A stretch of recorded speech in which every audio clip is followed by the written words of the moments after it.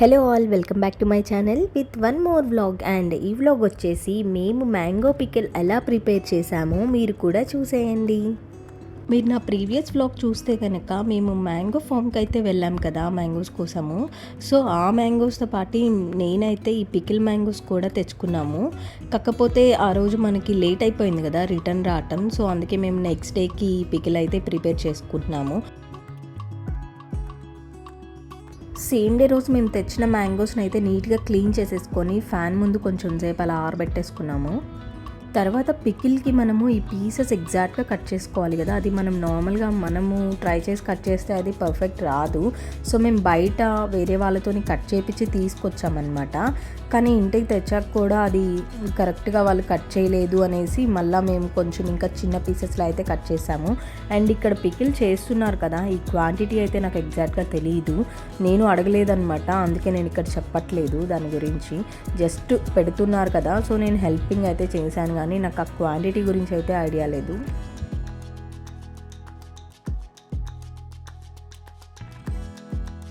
Pickle ingredients అయితే నాకు idea వచ్చింది, బికాజ్ నేను చూశాను కాబట్టి. ఆల్మోస్ట్ ఇది అందరికి ఐడియా ఉంటుంది, నేను చెప్పక్కర్లేదనమాట.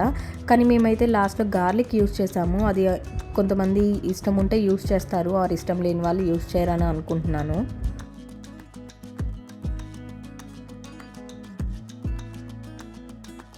కాకపోతే గార్లిక్ యూస్ చేస్తే మంచి ఫ్లేవర్ అయితే ఉంటుంది అనేసి అంటున్నారనమాట.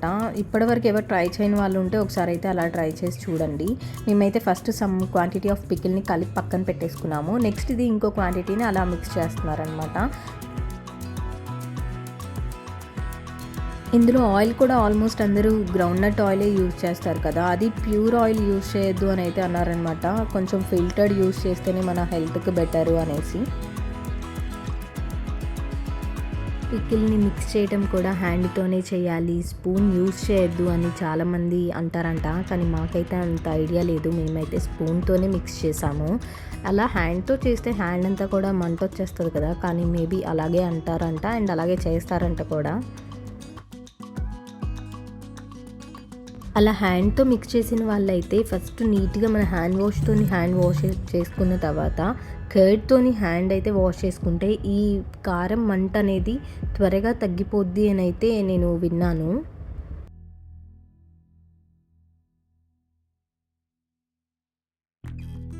మోస్ట్ ఆఫ్ ద పీపుల్ మన సమ్మర్ అంటే షూర్గా ప్రతి ఇంట్లో ఈ మ్యాంగో పికిల్ని అయితే ప్రిపేర్ చేసుకుంటారు. మేమైతే సూపర్ ఎక్కువ క్వాంటిటీ అయితే ఏం పెట్టుకోమన్నమాట, తక్కువనే పెట్టుకుంటాం. బికాజ్ మేము అంత ఎక్కువ యూస్ చేయటం కూడా ఉండదు.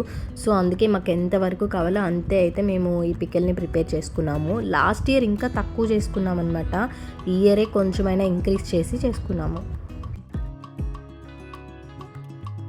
ఇక్కడ మీరు చూస్తే కనుక ఫైనల్గా మేము ప్రిపేర్ చేసిన పికిల్ని నీట్గా బాక్స్లో అయితే స్టోర్ చేసేసుకుంటున్నాము.